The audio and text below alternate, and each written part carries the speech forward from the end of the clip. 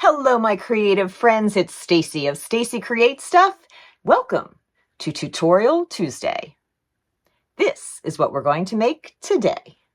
The end of 2024, I was making some rather complex, lots and lots of little pieces.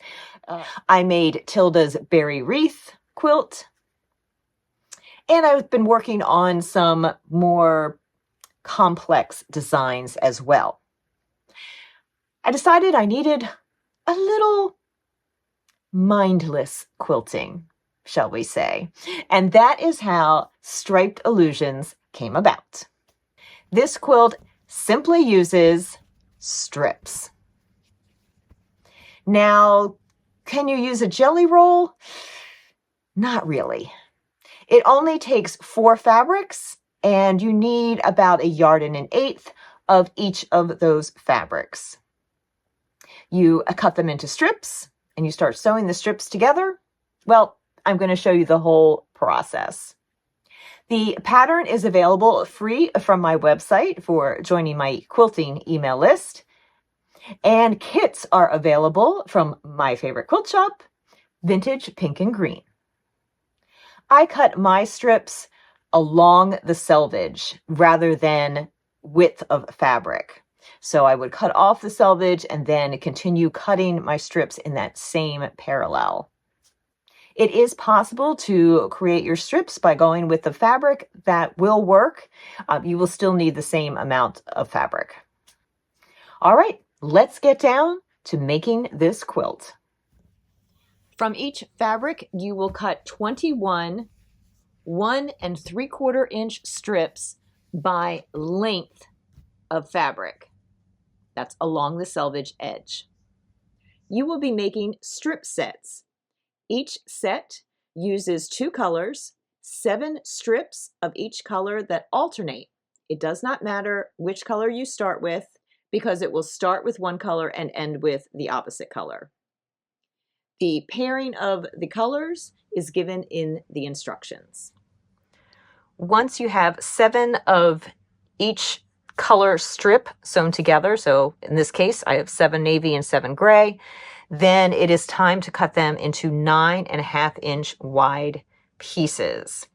Now, I don't know about you, but I'm figuring that most people probably don't have a ruler that is wide enough and at the same time long enough. So I have my 24-inch long ruler, but it's only 6 inches wide. I do have one that's 8.5, so we're getting closer, but I still don't have one that's at least 9.5 inches wide. So what do?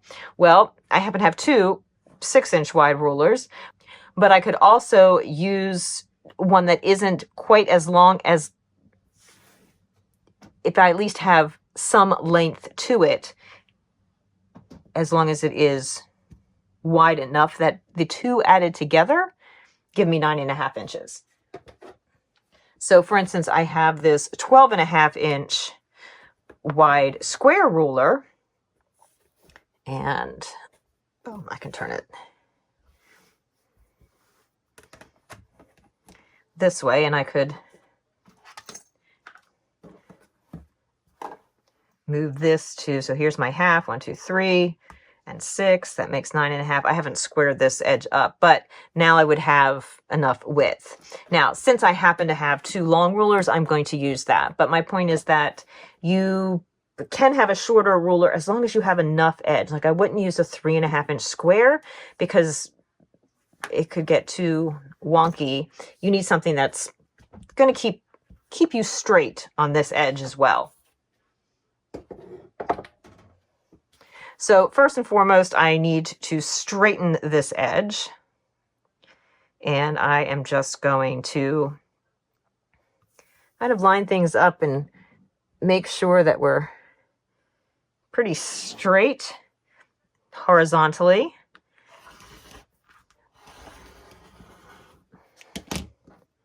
Trim all that off. And now I am able to use my 2 rulers. So this one is 6. I need 3.5 inches of this second ruler. So 1, 2, let me count out here, 1, 2, 3 and a half. And so I am aligning that mark along the edge of the fabric, and also at the same time checking to make sure that my horizontal lines are staying horizontal.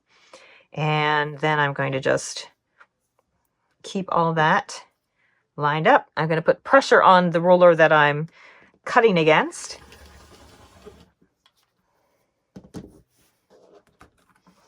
And voila, I have a block.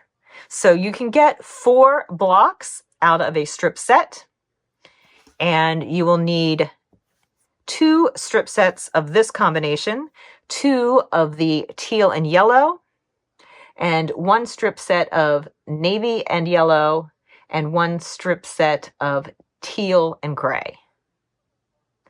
It's all in the directions. Also, don't be afraid to have to re-straighten your edge. Because these were long strips to start with and fairly narrow, sometimes the fabric gets a little wonky wavy, and after you have cut one off, you may notice that there are a couple, you just need to straighten it ever so slightly.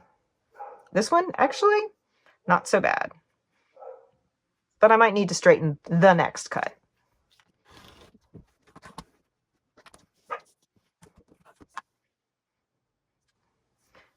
Still fairly good. All the other ones I had to trim almost after every cut. And last one. And yes, there will be a little bit left over, and we'll see what we can come up with the leftovers. All right, I think this does need a little bit of a trim here. It did get a little wonky right there at the end. With all of your blocks now cut, it is time to arrange them. Just follow the diagram in the instructions. You will do 4 rows. Each row has 6 blocks. And if you follow the pressing instructions, all of your seams will nest, and you will have a beautiful, no overlapping seams on the back. I hope you enjoyed this tutorial, and if you've made it this far, why not drop a flower emoji down in the comments below? Why a flower? That has nothing to do with this quilt. Because it's winter, and I need some happy springtime coming my way. Remember that you can download the pattern from my website, and you can also purchase a kit from Vintage Pink and Green. Links to all those things are in the description below. If you like this video, why not tap the little like icon below and subscribe to my channel. That way, more quilters like you can find me and enjoy my videos as well. It is totally free to subscribe, so why not? I will be back next week with a new tutorial. Will it be quilting? Will it be something else? Make sure you subscribe so you're amongst the first to find out. In the meantime, why not watch this video?